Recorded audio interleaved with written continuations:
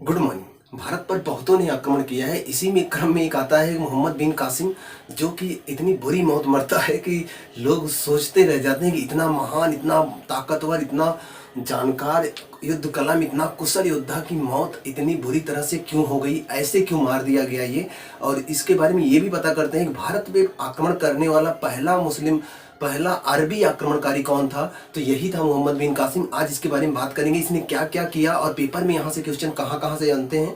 आज इन्हीं सभी टॉपिक पे चर्चा करेंगे। और ध्यान रखना, अगर ये पूरा ध्यान समझिएगा, ये पीसीएस तक का काम देगा, क्योंकि बहुत सारे बच्चे केवल एसएससी के लेवल तक ही पढ़ते हैं, लेकिन उनके दिमाग में ये रहता है कि वो पीसीएस की भी तैयारी करना चाहते हैं। तो यहाँ पर ये वो बहुत सारे ऐसे फैक्ट मिलेंगे जो आपको पीसीएस में भी काम देंगे। अतः आपने अगर कहीं से भी पढ़ा है और नोट्स बनाया है, तो उस नोट्स में आप कुछ ऐसे फैक्ट भी आपको मिलेंगे, शायद आपको नोट्स में ना लिखवाया गया हो, तो आप उनको इस अपने नोट्स में ऐड कर लीजिएगा, आपको आगे भी काम देंगे। प्लस आप पीसीएस का प्री में भी काम दे देगा, पीसीएस का मेंस भी कभी लिखोगे तो वहां भी काम दे देगा। तो चलिए शुरू करते हैं। हम बात करने चल रहे हैं कि भारत पे जो पहली बार अरबी आक्रमण हुआ तो कौन था। तो उसके बारे में अगर हम बात करें तो सबसे पहले हम थोड़ा सा ये मैप समझिएगा। मैप समझ लेंगे तब मैं जो कहानी बताऊंगा समझ में आएगा। उसके बाद जो चीजें हैं यहाँ नोट किया गया है, आप इसको देख लोगे तो आप स्क्रीनशॉट लेकर भी इसको तैयार कर सकते हो, कोई प्रॉब्लम नहीं है। और इसको देख लो, पूरा आ रहा है, तैयार कर सकते हो। यहाँ से पेपर में क्वेश्चन आएगा तो गड़बड़ नहीं होने वाला है। लेकिन उसके पहले आप थोड़ा सा ये मैप समझो। ये आपको भारत समझ में आ रहा है, दिख रहा है भारत का मैप। ये जो भारत है, इधर ऊपर आपको चीन मिल जाएगा, चीन या तिब्बत वाला भाग है ये। और ये वाला पार्ट नेपाल है, इधर भूटान है, ये बांग्लादेश है, इधर म्यांमार मिलेगा आपको, इधर बंगाल की खाड़ी है, और इधर आपको अरब सागर मिल जाएगा। और इधर आप देखो जस्ट भारत की इधर ये पाकिस्तान है, इसके ऊपर अफगानिस्तान है, इधर ईरान, उसके बाद इराक और सीरिया का क्षेत्र शुरू होता है। और इधर से जैसे जैसे हम इधर आएंगे, देख रहे हो ऐसे, तो ये वाला पार्ट देखते हो, ये अरब की कंट्री है, सऊदी अरब यहीं पर है, अरब प्रायद्वीप है। प्रायद्वीप उसे बोलते हैं जो तीन तरफ से जल से घिरा हो और एक तरफ स्थल से लगा हो, प्रायद्वीप बोलते हैं। द्वीप उसे बोलते हैं जो चारों तरफ से पानी से घिरा हो, द्वीप बोलते हैं। भूगोल में सब पढ़े हो गया। तो ये अरब का प्रायद्वीप है। अरब के क्षेत्र में ही आप सुने होंगे मक्का मदीना स्थान है, पवित्र स्थान है, इस्लाम धर्म का बड़ा पवित्र स्थान है। और उसमें जो इस्लाम के अंतिम नबी जो माने जाते हैं, पैगंबर मोहम्मद हजरत साहब का वहीं से वो संबंधित है, मक्का मदीना से संबंधित है। और वहीं जब उनकी मौत हो जाती है तो उनके मौत के कुछ समय बाद अल हज्जाज यूसुफ नाम का एक व्यक्ति अरब के क्षेत्र में राजा बनकर, अब शासक बनकर अपने क्षेत्र को फैलाना शुरू करता है। ठीक है। और जब अल हज्जाज इस अरब के क्षेत्र में, अरब का क्षेत्र बड़ा लंबा फैला हुआ था ऐसे, जब इस अरब के क्षेत्र में अल हज्जाज शासन कर रहा था, उस समय यहाँ पाकिस्तान, अरब का क्षेत्र काफी लंबा था और ये समुद्री क्षेत्र है। समुद्री क्षेत्र के बाद इधर पाकिस्तान वाला क्षेत्र लगता था, काफी नजदीक पड़ जाता था, दिख रहा है ना। तो यहाँ पर पाकिस्तान के क्षेत्र में दाहिर नाम का एक आदमी, हिंदू शासक था, दाहिर यहाँ लिखा है, दाहिर नाम का आदमी राजा था। वो सिंध क्षेत्र का राजा था और उसका बड़ा क्षेत्र यहाँ किनारे तक फैला हुआ था। एक देवल नाम का बंदरगाह भी था जो कि दाहिर के अंतर्गत आता था। अब हुआ क्या कि एक जहाज लूट लिया गया था, किसका, अल हज्जाज बिन यूसुफ जो था, इसका एक जहाज समुद्र में किसी ने लूट लिया। तो उसने आरोप लगाया दाहिर पे कि मेरा जो जहाज लूटा गया है तुम ही ने लूटा है, या फिर तुम्हारे लोगों ने लूटा है, उनको दंडित करो, प्लस हमको जो हमारा नुकसान हुआ है वो पैसा हमारी भरपाई करो। तो दाहिर ने कहा कि ये हमारे लोगों ने नहीं किया है, हम इसकी कोई भरपाई नहीं करने वाले हैं। तो इनसे, अल हज्जाज से और यूसुफ और दाहिर से, अल हज्जाज बिन यूसुफ जो था, इससे जो अरब के क्षेत्र में राजा था, और जो ये सिंध प्रांत में राजा था, राजा दाहिर, सिंध उस टाइम तो भारत में ही था ना, अभी 1947 के बाद पाकिस्तान बना है ना, उसके पहले तो भारत ही था। तो दाहिर ने मना किया कि मैंने नहीं किया है तो मैं कुछ नहीं भरपाई करने वाला हूं। लेकिन ये इनसे बीच में विवाद बढ़ गया, तो इसने अपने दो सेनापति भेजता है, उबैदुल्ला और बुदैल। पहले उबैदुल्ला को भेजता है, उसके बाद बुदैल को भेजता है। दोनों समुद्री रास्ते से जाते हैं दाहिर से लड़ने के लिए, उसको हराने के लिए, उसको दंडित करने के लिए। लेकिन दाहिर यहाँ पर मजबूत शासक था, तो लड़ाई में क्या होता है, ये दोनों हार जाते हैं और ये अल हज्जाज एक बार से पीछे रह जाता है, मतलब जीत नहीं पाता। तो ये उबैदुल्ला और बुदैल वापस लौट आते हैं। लेकिन मन में अल हज्जाज के यही चल रहा था कि दाहिर को किसी तरह से दंडित करना है। दाहिर ये मानता था कि मैंने कोई गलती नहीं की, मैं कोई भरपाई नहीं करने वाला हूँ। दाहिर यहाँ था, अल हज्जाज यहाँ था। अब क्या हुआ कि अल हज्जाज का एक भतीजा था, भतीजा का नाम था मीर कासिम। आप सुने होंगे मोहम्मद बिन कासिम का एक नाम और भी मिलता है, मीर कासिम। अब सुनिए इनके बारे में बात कहाँ से मिलती है। दरअसल एक ही ग्रंथ है अच्छा खासा जिसमें इनके बारे में डिटेल से जानकारी मिलती है। इसके मोहम्मद बिन कासिम या फिर मीर कासिम बोल दो, इनके बारे में एक ग्रंथ है, उसके बारे में खूब डिटेल से जानकारी मिलती है। उस ग्रंथ का नाम है चचनामा। अली अहमद ने लिखा था, यहाँ लिखे देखो, चचनामा नामक ग्रंथ। ये क्वेश्चन पेपर में भी आता है, चचनामा किसने लिखा था? अली अहमद ने लिखा था चचनामा ग्रंथ। उसी ग्रंथ में इनके बारे में डिटेल से वर्णन है कि ये कौन भेजा था, कब लड़ाई हुई थी, कौन था, कहाँ पर कौन शासक था। ठीक है, तो ये जब इस चचनामा ग्रंथ के अनुसार, इसमें इसको अली अहमद ने लिखा था, चचनामा ग्रंथ के अनुसार ये अल हज्जाज ने, जो अल हज्जाज बिन यूसुफ था, इसने अपने भतीजे को मोहम्मद बिन कासिम, जो कि इनके बड़े भाई का लड़का था, उसको ट्रेंड करते हैं, उसको सारे शस्त्र विद्या में पारंगत करते हैं, हर चीज़ सिखाते हैं। हर चीज़ सिखाने का मतलब इतिहास, भूगोल, रीजनिंग, मैथ, जैसे आप लड़ाई में जाते हो सब सीख के जाते हो, वैसे उसके लिए घुड़सवारी, लड़ाई, तलवारबाजी, त्रिशूलबाजी, भाला फेंकना, सब चीजें सिखाई। एकदम पारंगत था, जबरदस्त योद्धा था, बहुत मतलब कि इच्छा शक्ति बड़ी मजबूत थी। और लगभग 15,000 सैनिक को साथ में लेकर निकला ये, और ये आया था राजा दाहिर को हराने के लिए। बात क्लियर है? निकला कौन? मोहम्मद बिन कासिम। और थोड़ा सा मोहम्मद बिन कासिम बारे में और जान लेते हैं। मोहम्मद बिन कासिम जो था, ये अल हज्जाज का भतीजा था, लेकिन अल हज्जाज ने उससे अपनी बेटी जुबैदा खातून, खातून नहीं था, जुबैदा नाम था, जुबैदा से शादी कर दिया। तो अगर आप देखोगे तो ये लिखा है, जुबैदा से शादी किया, किसका? मोहम्मद बिन कासिम से। तो एक प्रकार से उनका भतीजा था, दूसरे प्रकार से उनका दामाद भी था। तो कासिम को इतना तो पता था कि अब आने वाले समय में मैं ही गद्दी प्राप्त करने वाला हूँ। तो वो खुशी खुशी लड़ने चला जाता है, और वहां जाता है, जबरदस्त इधर दाहिर से लड़ाई होती है। लड़ाई में वो दाहिर को हरा देता है, दाहिर को मार देता है, मतलब ये क्षेत्र जीत जाता है, और देवल क्षेत्र भी जीत जाता है। देवल क्षेत्र को जब जीतता है, तो वहां पर जो ये मोहम्मद बिन कासिम यहाँ जब गया था, तो यहाँ जब दाहिर को हराता है, तो उसका भाई था, उसके भाई को हराया। उसके भाई का नाम बजहरा था, यहाँ लिखिए, देखो, दिख रहा है? नहीं दिख रहा होगा, बजहरा था। दाहिर की 2 पत्नियां थी, एक का पत्नी का नाम था रानी बाई, और एक का पत्नी का नाम था लाडो बाई। रानी बाई, लाडो बाई या फिर लाडी बाई मिलता है, तो रानी बाई और लाडो बाई।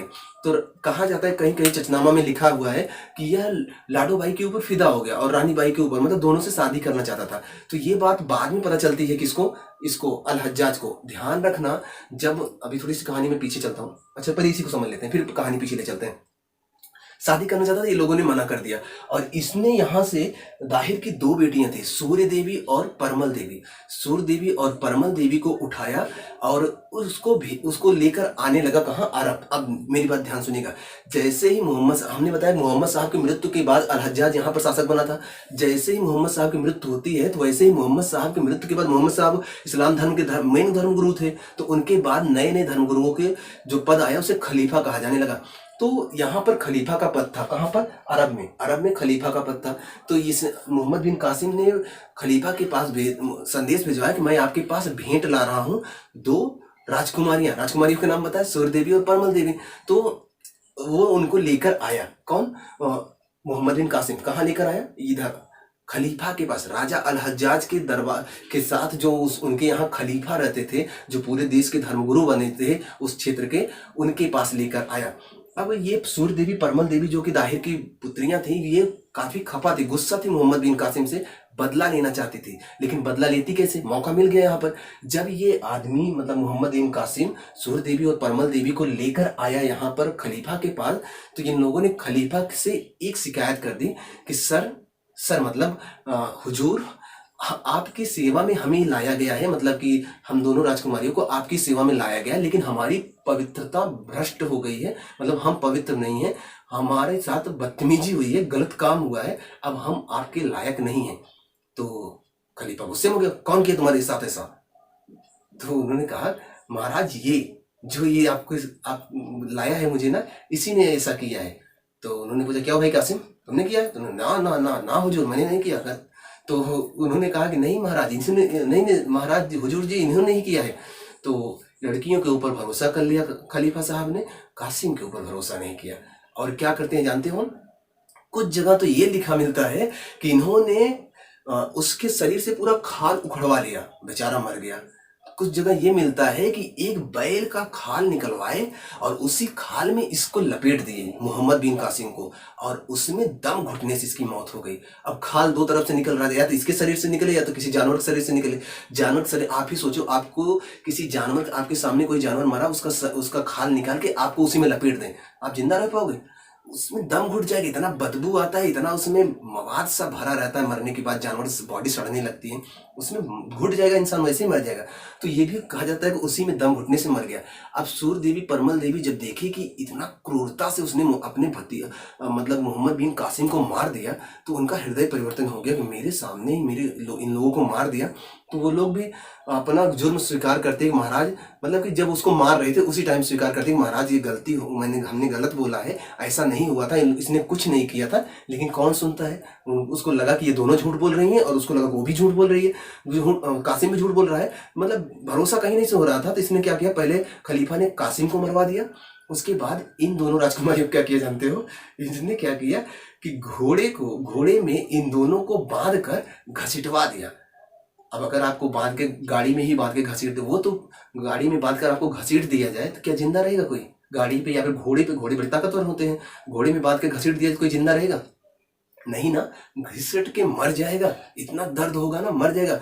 वो आप मूवियों में देखे होते हो कि हीरो गाड़ी को पकड़ के 1 किलोमीटर तक घसीटता जाता है, बच जाता है। मूविया में अलग होता है, रियल में आ जाओगे तो हीरो की भी हालत खराब हो जाएगी, ठीक है। तो मूवी नहीं है, ये रियल है। तो ये सूर्य देवी परमल देवी की भी यहाँ पर मौत हो जाती है। और इस तरह एक महान योद्धा को केवल छोटी सी बेवकूफ़ी बोल सकते हो, थोड़ा सा कंफ्यूजन बोल सकते हो, थोड़ा सा भरोसा खत्म हो गया था। भरोसा ही बड़े बड़े रिश्तों को खा जाता है। छोटा सा भरोसा था, नहीं था कासिम पर, खत्म कर दिया कासिम को। तो ऐसे ही मरा। अब थोड़ा सा कासिम के बारे में और सुन लो। कासिम जब यहाँ पर दाहिर के ऊपर आक्रमण किया था ना, तो कासिम ने यहाँ पर कहा जाता है 17 साल से ऊपर के ढेर सारे लोगों को कटवा दिया, मरवा दिया था। दूसरी बात, इसने जब देवल क्षेत्र है ना, देवल बंदरगाह था यहाँ पर, देवल बंदरगाह के क्षेत्र में एक मंदिर था शंकर भगवान का, शिव जी का मंदिर था।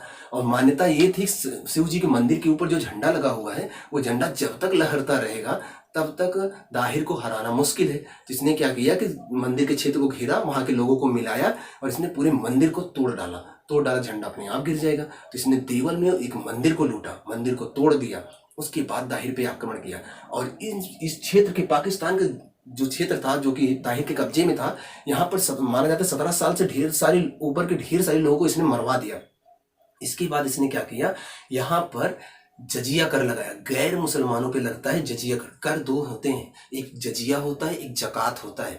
जजिया जो लगता है गैर मुसलमानों पे लगता है, जकात मुसलमानों पे लगता है। तो मुसलमानों पे कर लगाएगा नहीं क्योंकि खुद मुसलमान है। तो इसने जजिया लगाया था गैर मुसलमानों पर, इसके लिए जो जजिया लगाते हैं ना कि आपसे हम टैक्स लेंगे, अपने धर्म को प्रचार के लिए, अपने राज्य के विस्तार के लिए आपसे टैक्स लेंगे। तो ये कर क्या बोला जाता था, जजिया कर। किससे लेते थे? गैर मुसलमानों से। लेकिन इसमें कुछ लोगों को इसने बाहर रखा था, जैसे कि जो बच्चे हैं, जो बूढ़े हैं, जो महिलाएं हैं, जो अपाहिज हैं, तो वो लोग तो पैसा कमा नहीं पाएंगे, इसलिए इन सबको बाहर रखा था। और अंदर कौन था? जो लोग कामकाजी हैं और हिंदू हैं, मुस्लिम नहीं है, हिंदू है, जैसे जैन, बौद्ध, ये सब तो हिंदू में आते हैं ना। अगर संविधान पढ़ोगे सबको हिंदू में रखा गया है। तो इन सबसे ये जजिया लगाया था। तो भारत में जजिया लगाने वाला पहला मुस्लिम अरबी शासक या मुस्लिम शासक तो यही था, मोहम्मद बिन कासिम। याद रहेगा। तो इसके बाद फिरोज शाह तुगलक ने भी लगाया था, याद रहेगा। उसके बाद अकबर ने इसको हटा दिया था।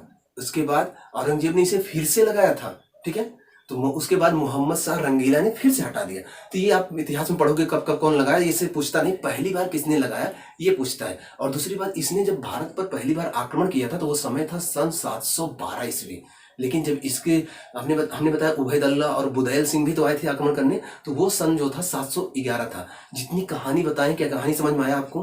कहानी समझ में आया? थोड़ा सा यहाँ लिखे हैं, मैं उसको रिपीट करवा दे रहा हूँ ताकि पेपर में गड़बड़ ना हो। अगर आपने कोई भी नोट्स बनाया है तो उस नोट्स में इन सारी चीजों को नोट कर लेना, पेपर में गड़बड़ नहीं होना चाहिए। देखो, अल हज्जाज, इसका नाम था अल हज्जाज यूसुफ। और इसके बारे में जो जानकारी या फिर मोहम्मद बिन कासिम के बारे में जो जानकारी मिलती है चतनामा ग्रंथ से मिलती है, जिसको लिखा था अली अहमद ने। वहां लिखे हैं, इधर देखो, अरबी आक्रमण के बारे में पढ़ने चल रहे हैं। मोहम्मद साहब की मृत्यु के बाद अरब में अल हज्जाज यूसुफ नामक शासक बनता है। मोहम्मद साहब को जब मौत हो जाती है तो उसके कुछ समय बाद अरब में अल हज्जाज यूसुफ नाम का एक आदमी शासक बनता है। इसके बाद अल हज्जाज ने उबैदुल्ला और बुदैल को दाहिर के पास भेजा था लड़ाई करने के लिए। क्यों भेजा था? क्योंकि उसने कहा था कि आपने हमारे जहाज को लूटा है, हमको भरपाई दीजिए और उनको सजा दीजिए। दाहिर ने मना कर दिया। इसने अपने 2 सेनापति उबैदुल्ला और बुदैल को, पहले उबैदुल्ला को भेजा फिर बुदैल को भेजा, ऐसे पानी के रास्ते, ये समुद्र, ये बीच वाला खालिस्तान पानी है, कहाँ भेजा, देवल का स्थान से होकर जाते हैं लोग, तो हार जाते हैं, दोनों के दोनों हार जाते हैं। इसके बाद इसने अपने भतीजे को ट्रेंड किया, और हज्जाज ने कासिम को, उसका भतीजा था, को भेजा। कासिम कब भेजा था अभी बताते हैं, लेकिन पहले देखो कासिम के बारे में जानते हैं। कासिम इनका भतीजा था और इनकी बेटी जुबैदा से शादी भी किया था, तो इसका मतलब इनका दामाद भी रहा होगा। कासिम इनका भतीजा और दामाद था। इसने जब उबैदुल्लाह और ये जब बुधैल हार जाते हैं तब इसने इनको भेजा। और कासिम कब आता है, कासिम 712 ईस्वी में दाहिर पर आक्रमण किया और 713 ईस्वी में मुल्तान को पर आक्रमण किया। इसने दाहिर सिंध क्षेत्र में था, और सिंध क्षेत्र की जो राजधानी थी उस टाइम अरुण थी, ये दिख रहा है, सिंध क्षेत्र की जो राजधानी थी अरुण थी, दाहिर सिंध क्षेत्र में था। और क्या किया इसने, कासिम ने दाहिर को भी जीता और मुल्तान में बहुत सोना था, मुल्तान को जीता, और मुल्तान में ही उनकी दोनों वो राजकुमारियां थी, सूरज देवी और परमल देवी, उनको उठाया लेके गया खलीफा के पास। इसी के चक्कर में वो भी बेचारा मरा। ठीक है, तो 712 में इसने दाहिर पर आक्रमण किया और दाहिर को हराया, उसको मार भी दिया। इसके बाद 713 में इसने मुल्तान पर आक्रमण किया और ढेर सारा सोना प्राप्त किया, और दाहिर की दोनों पुत्रियां सूर्य देवी और परमल देवी को भी हरा दिया, क्योंकि वो लोग वहां पर शासन कर रही थी, तो उनको भी उठा ले गया। कहाँ ले गया, अरब में खलीफा के पास। आगे देखो, देवल में भगवान भोलेनाथ का एक मंदिर था, उसे तोड़ दिया। मैंने बताया अभी ना, देवल में भगवान भोलेनाथ का मंदिर था, उसमें एक पताका लगा था, उसको भी ये तोड़ दिया। ठीक है, इसने गैर मुसलमानों पर जजिया का, मोस्ट इंपॉर्टेंट है याद रखना, जजिया कर लगाया। ठीक है, और इस जब ये उठा ले गया, अब देखो 2-3 चीजें इसमें इंपॉर्टेंट है, क्या क्या आपको याद रखना है। एक तो आपको याद रखना है गैर मुसलमानों पर जजिया कर लगाया, ये याद रखना है। इसने भारत पे जो आक्रमण किया था वो 712 ईस्वी था, ये सन आपको याद रखना है। इसका नाम क्या था, मोहम्मद बिन कासिम। कहाँ गया ये कासिम का नाम याद रखना है। तो भारत पर सफल आक्रमण करने वाला पहला अरबी आक्रमणकारी कौन था, तो मोहम्मद बिन कासिम, या मुस्लिम आक्रमणकारी कौन था, मोहम्मद बिन कासिम। कहाँ से आया था, अरब से आया था। कौन भेजा था, अल हज्जाज भेजा था, उसका चाचा था। ठीक है, तो ये हो गया। इसके बाद ये जो राजकुमारियों को ये लेकर आया था, राजकुमारियों को कहने पर खलीफा ने कासिम को बैल के खाल में बंद करवा दिया, जिससे घुटने से, मतलब दम घुटने से उसकी मौत हो जाती है। ठीक है, कहाँ बंद करवाया था, बैल के खाल में लपेटवा दिया था, उसमें दम घुटने से मौत हो जाता है। और इन दोनों राजकुमारियों को क्या किया, यहाँ लिखे देख लो, दिख रहा है, नहीं दिख रहा होगा, दिख तो रहा है, ये नहीं दिख रहा है।